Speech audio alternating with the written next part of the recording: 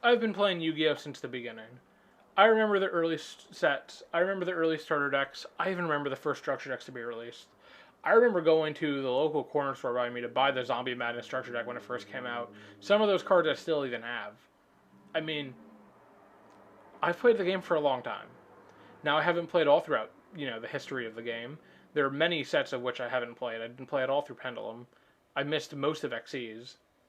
But when Link Era came around, I really did find renewed interest in the game. And it made me really want to try it again. Now, I've been playing since the start of the Link Era again, finding everything I can about the game, getting whatever cards I could. Now, I've bought most sets. I've bought plenty of singles, and I have a good collection. I just don't really have the skills. So, we're going to take what I know, we're going to take what I have, and we're going to see how far we can get. In this new series I'm calling Getting Good at Yu-Gi-Oh!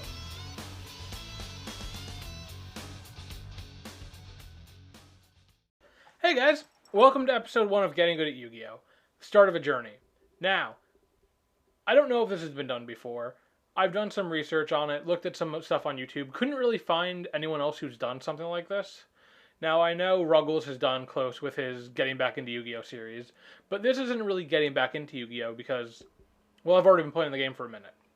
So, this is really more of a journey of getting good at the game. I have a good collection. I have some decent skills. I know my rulings down pack almost. I just need to really get better at gameplay, not making mistakes, not misplaying as much as I do sometimes, and really just getting better at the game in general. The whole point of this series is to make a journey, a journal almost, of my time in this game from this point on to get better, focus on what I need, and take what I have and make a tops. I mean, I've never gone to a regionals. I've never gotten an invite. I've only done a handful of locals here and there, and even when I do, I top sometimes. But even other times, I just fail really quickly. But that's because of the decks I play. I like to go to my locals with a different deck almost every time because sometimes I go and people are like, "Oh, hey, look, it's the Blue Eyes player," and I'll have something different. There's kind of a fun in that for me of almost showing up with a different deck every time. But the problem with that is you never really master something. I have so many stuff in my collection. I have so many decks sitting around that just are untouched, some of which I haven't even edited from Banlist years ago. But I really do want to get better, and I really do want to master the game to a sense. I've found, I would say, 3 decks in my collections as of right now that I want to get really good at. And within those 3 decks, I know it's a lot because I'm trying to balance 3 different decks, but between those 3 decks, I want one of them to be the deck that makes it for me. Now, I have Phantom Knights, which of course are a combo deck. I love combo decks. I love the gameplay. I love the mechanics. I love just the complexity of the combos and the different outcomes you can get sometimes. I know most of the end boards are the same, but how you get there can differ depending on what your hand is, and it's great. I have Cyber Dragon. Cyber Dragon was the second deck I started playing when I got back into the game. My issue with the deck is its end boards are kind of underwhelming, and the Dragoon package bricks too much, at least in my experience. I have shuffled that deck to no end. My friend has seen me do it, and I have still drawn all 3 pieces of the combo sometimes. It's awful. And then there's the True King package. Now, I know the ban list is coming up, and True King might get banned. He might even get limited, who knows. And if he gets limited, I'm sticking with that build just because it has less bricks in it. And it's just more fun. I mean, I enjoy the deck. I love Cyber Dragons. I've loved them since they came out. I remember when they came out. And it's just a deck I enjoy playing. It's also a combo deck, which I like. Now, the third deck is a twist. Because it's Blue Eyes. No, it's not. Okay, third deck is actually Eldritch. I bought the Eldritch cards back when they first came out.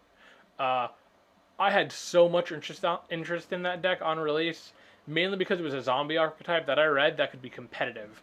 I bought Zombie World when it came out. I remember going to a Walmart in New Jersey because that's where I was when it came out. I went to a Walmart in New Jersey when that came out to buy 3 copies of it when it was released. because of how much I love just the zombie archetype. And I played that deck to no end. I could still play that deck and know the combos like the back of my hand. And that's a deck I know if it was possible to top with, I could. I just think the time for that deck to top is kind of past, which is sad, and I don't know how I feel about that. But I think Eldritch is the best thing I can get because it's still a zombie deck. It has some of the zombie engines in it with the graveyard play.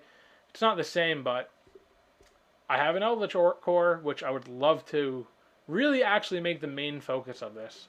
Now, right now, my Eldritch deck is broken down, and I've changed the build of it almost every week, every time I play with my friend. But I can never find a build that I'm truly satisfied with. Now, what I think, if I do focus on Eldritch for the series, I'm focusing heavily on Trap Eldritch.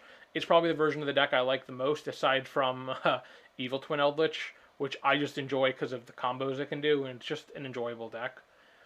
But Trap Eldritch, I would say, is the most competitively viable of the two, and I really do love the Eldritch archetype.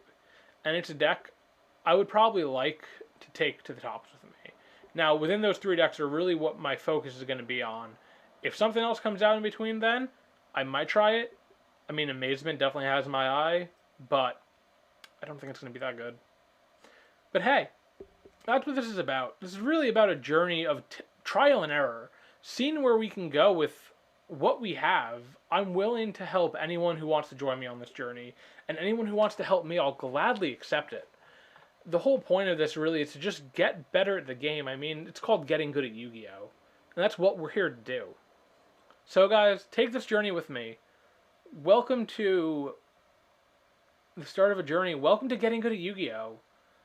And if this is something you want to watch, subscribe to the channel. It's brand new. This is my first video I've uploaded onto it. I haven't done Yu-Gi-Oh! Content since I was in high school, which was a really bad YouTube channel I did with some friends. I'm pretty sure the channel was taken down after we stopped talking. And I play some really jank stuff in that that's not good in the slightest. I mean, I had one friend playing Light Sworn, the other was playing Frogs, and I was playing some scrapped together Dragon Synchro deck that I bought pieces from and had people give me. It was awful. It was not even good. They were in Magic the Gathering sleeves because I actually bought the wrong sleeve size and worked with it. But welcome to the channel. Let's have fun with this. Let's really see what we can do. Everyone's welcome to join me on this. And I really would love the support and help that we can get. So, if you wouldn't mind liking the video, sharing it with friends if you think it's good. I mean, shit, let's see where we can go. And subscribing for more content that I'm going to make. I'm going to try to do an upload every Wednesday with a new episode and the progress we're making. So guys, welcome to the journey. Let's do this together. Because, hell, what's Yu-Gi-Oh! Without some friends? So guys, I'll see you next time. And I really hope that you all enjoy this. Because I'd feel like I'm going to. So, see you next time.